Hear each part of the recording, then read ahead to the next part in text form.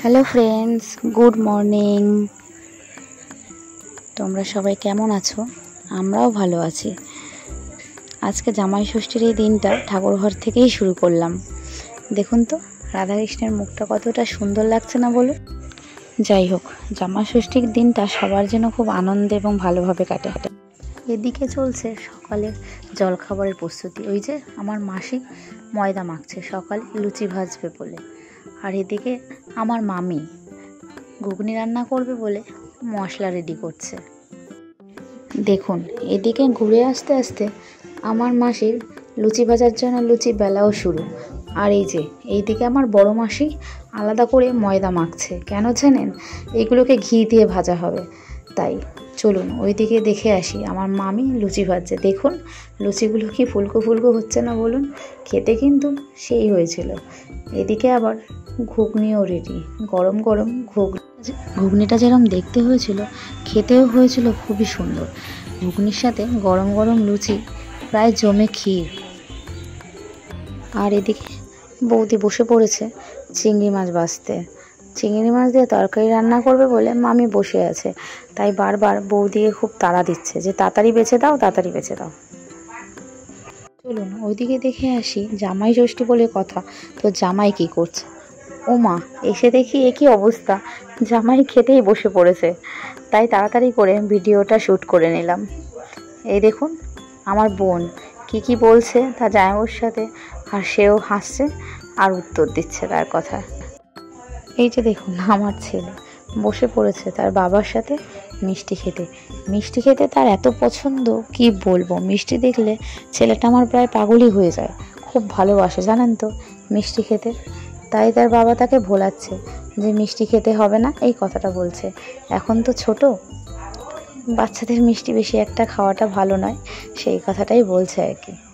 দেখুন কে শোনে কার কথা, তার তো বায়না, সে তো মিষ্টি খাবে। এই যে জামাইয়ের তো খাওয়া শেষ হয়ে গেছে, তাই এবার বাড়ির সবাই মিলে খেতে বসে পড়েছি একসাথে। এখানে আমার মা, মামি, বৌদি, মাসি সবাই মিলে একসাথে খাচ্ছি।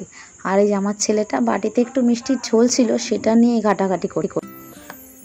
এই যে দেখুন আমার ছেলেটাকে নিয়ে আমার মা কি করছে, শুধু ক্লিপটা ফেলছে আর বলছে মাথায় দিতে। তাই আমার মা সেটাই করছে। আর এদিকে আমার বোন, আমার এই যে বড় মাসি নীল শাড়ি পরা, মাসিকে বলছে যে পিসি তোমাকে দেখতে অনেকটা শান্তি মাথার মতো লাগছে। এই নিয়েই হাসাহাসি হচ্ছে আর কি। এদিকে আমার ছেলে আর তার বাবা কি করছে দেখুন।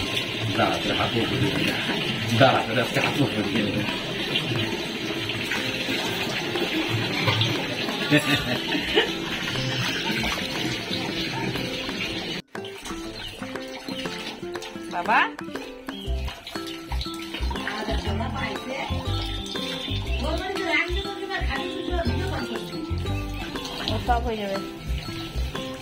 এই যে দেখুন আমার ছেলে জলে নামলে সে এত আনন্দ পায় যে জল থেকে সে উঠতেই চায় না।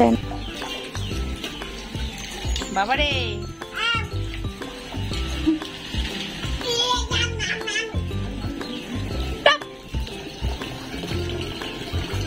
তুমি কি করছো? এটা কি করছো?